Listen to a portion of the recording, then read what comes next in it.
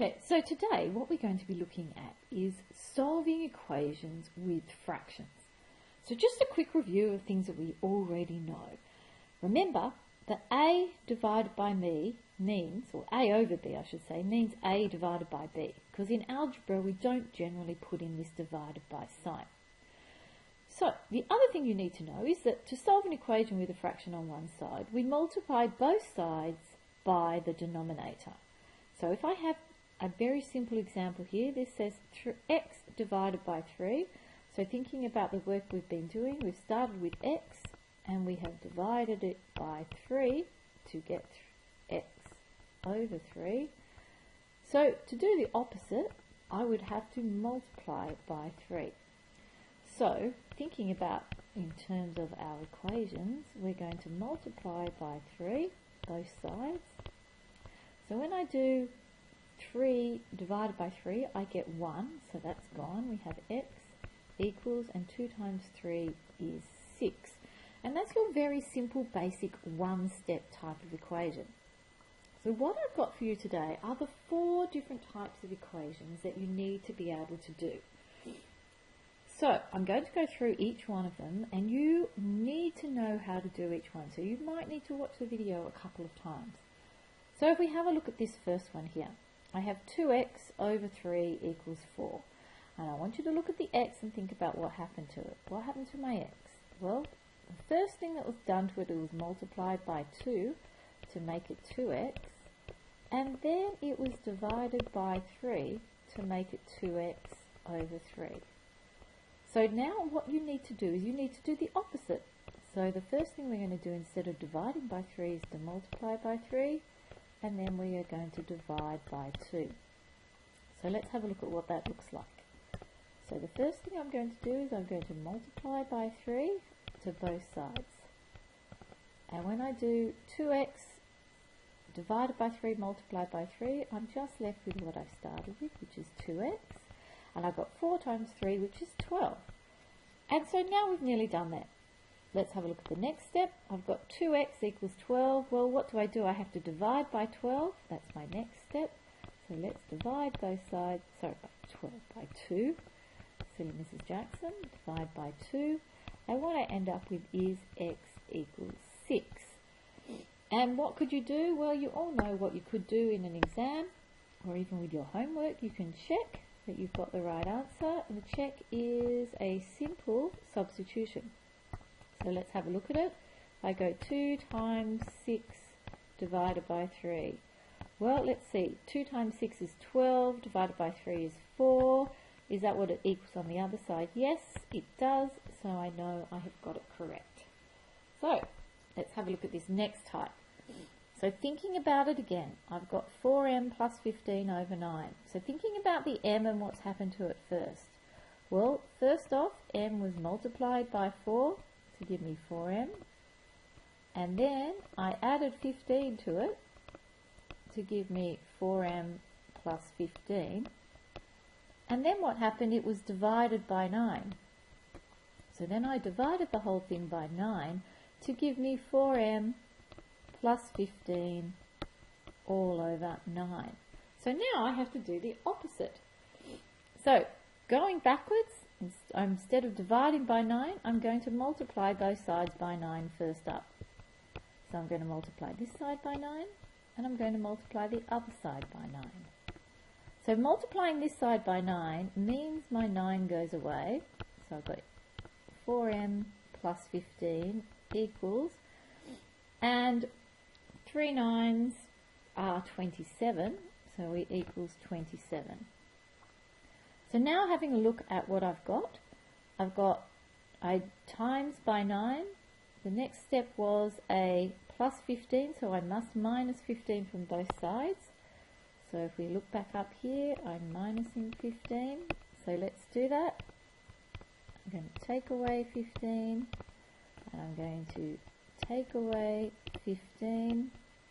So what I have is 4m equals, and 27 minus 15 is 12. And then the last thing I did, instead of times by 4, the opposite would be to divide by 4. so we just divide both sides by 4, and what I end up with is m equals 3. And what could I do? You're right, we should do a little check. So if I put a little check here, what I'm going to do is I'm going to go 4 times 3, which is 12, plus 15 divided by 9. So 12 plus 15, what that equals is 27. 27 divided by 9 is equal to 3, and so we know we have got the answer correct. So moving on to, I haven't actually followed my questions in the correct order, but that's totally okay. Let's have a look at how we do this one. 4 plus 3x over 2 equals 10. So as always, I want you to look at the letter and see what is happening. So let's have a look at this one. I started with x, and what happened is I multiplied it by 3 first up to make 3x. I then divided it by 2 to make 3x over 2.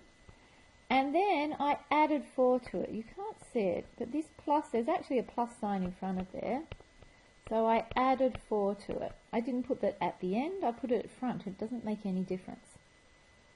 So now that I know the steps that what happened, I can start undoing the steps.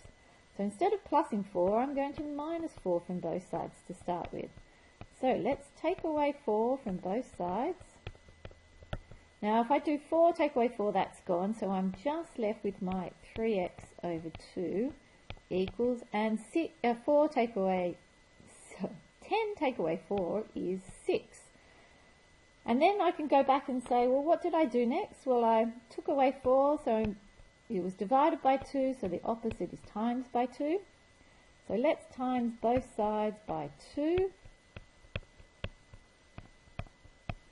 So I left with, on this side, 3x equals 6 times 2 is 12. And then the very last step was to multiply by 3, so the opposite would be to divide by 3. So we're going to divide both sides by 3. And I end up with x equals 4. And then what do? Well, because we want to get full marks, we're always going to do a little check. So here is my check in this case. And I've got 4 plus 3 times 4 over 2. So 3 4s are 12. Divided by 2 is 6, plus 4 is 10. That equals the other side. So we know we have done it correctly. Nice and easy. So let's have a look at this very, very last question, which seems to cause people so much trouble. So we're going to put a little star around that to make sure we all understand it. So I want you to think about the x and to think about what has been happening to it. And this minus sign here is what causes all of the trouble. So let's have a look at x. You could say it was multiplied by 2, or you could say it was multiplied by negative 2. And I'm going to say it was multiplied by negative 2 just to get rid of that negative number. So that gives me minus 2x. Then it was divided by 3. Well, let's divide it by 3. So I'd have minus 2x over 3. And I don't want any of you to think that 7 was taken away from it, because remember 7 is a positive number. So just like the question before, 7 was added to it. So now we can do the opposite. Once we've worked out what's happening, we can always solve these questions. So the first thing is we are going to take away 7 from both sides. Okay, so 7 take away 7 is gone, so I'm left with minus 2x over 3. Minus 2x over 3. And you can see where all the problems start happening. It's this minus sign and people losing it. So try and make sure you're not one of those people.